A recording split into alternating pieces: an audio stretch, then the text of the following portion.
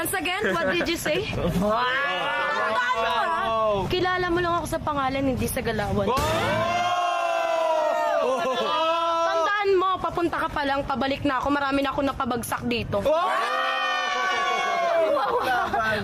Teka, may pamasahe ka ba? Yung papunta mo tsaka pabalik? Hindi ko na kailangan. Hindi lang papunta dito. Kina-carpool ka lang daw. Kina-carpool ka lang daw. Oh, ano? Pinacarpool ka nga lang? Okay lang, at least carpool. Ikaw commute. O saet. At least may sariling pera, hindi umasa sa iba. Saet! Treat like a princess kasi ako dito saet. Treat like a princess pero mukhang kabayo.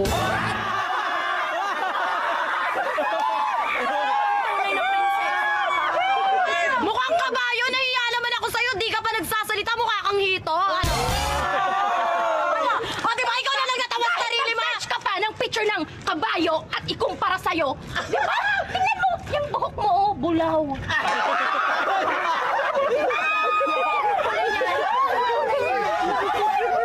Sis, this is a bleach with highlight. Di mo afford, wala kang pera. Hindi ko afford kasi hindi ko kailangan kasi natural ang ganda ko. Nagpa-parlor ka na niyan? Nagpa-parlor ka na niyan? Diyos, walang pinagbago, te. Mukha pa rin.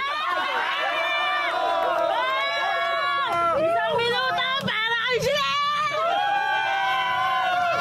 Hindi na ako magsasayang ng oras. Bumalik ka sa farm. Kailangan ka doon. Magtrabaho ka doon. Wait, tama na yan!